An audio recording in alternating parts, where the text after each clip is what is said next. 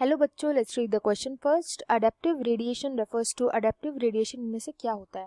Power of adaptation in an individual to a variety of environments, adaptations due to geographical isolation, evolution of different species from a common ancestor और migration of members of a species to different geographical areas. Adaptive radiation इनमें से किसको बोला जाता है? तो यहाँ पे जो की कॉन्सेप्ट यूज किया जाएगा वो हम करेंगे अडेप्टिव रेडिएशन का। अडेप्टिव रेडिएशन, अडेप्टिव रेडिएशन उस फिनोमिना को बोलते हैं जिसमें कई सारी स्पीशीज जो होती है एक कॉमन एंसेस्टर के थ्रू कई सारी स्पीशीज जो होती हैं वो इवॉल्व होती है। डिफरेंट स्पीशीज जो है वो इवॉल्व होती है, डिफरेंट स्पीशीज इवॉल्व होती है। देखो, अगर आप इसका नाम देखोगे अडेप्टिव रेडिएशन, रेडिएशन में क्या होता है, एक सोर्स होता है एंड उससे सारे पार्टिकल क्या करते हैं, रेडिएट करते हैं, ऐसे रेडिएट करके चले जाते हैं। इसी को बोलते हैं, इसी फिनोमिना को बोला जाता है रेडिएशन। तो यही होता है अडेप्टिव रेडिएशन। अब अडेप्टिव वर्ड यहाँ पर इसलिए यूज किया जाता है क्योंकि जो स्पीशीज होती है ये खुद को अडेप्ट करती है एनवायरमेंट के अकॉर्डिंग, अडेप्ट करती है अकॉर्डिंग टू द एनवायरमेंट, इसलिए इसको बोला गया अडेप्टिव रेडिएशन की जो स्पीशीज जैसे एनवायरमेंट में जाती है खुद को उस तरीके से अडेप्ट कर लेती है एंड एक नई स्पीशीज बन जाती है, यानी स्पीसिएशन उसमें देखने को मिलता है।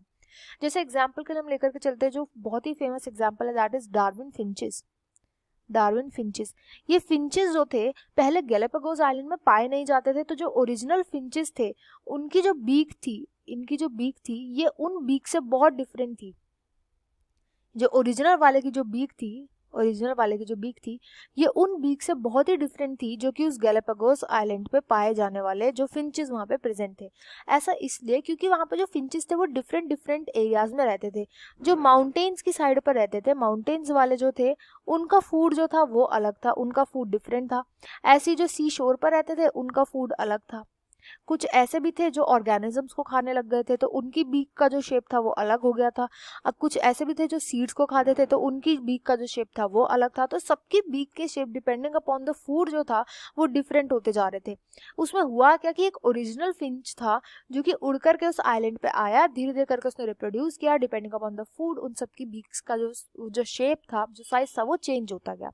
तो ये क्या था कि एक ओरिजिनल फिंच था, उसके थ्रू रेडिएशन, अडेप्टिव रेडिएशन के थ्रू जो है कई सारे उधर स्पीशीज देखने को मिले उन्हीं फिंचेस के। तो ये इसका बेस्ट एग्जांपल है इसलिए। तो इस क्वेश्चन का राइट आंसर होगा option C, evolution of different species from a common ancestor. I hope you understood well. Best of luck and thank you.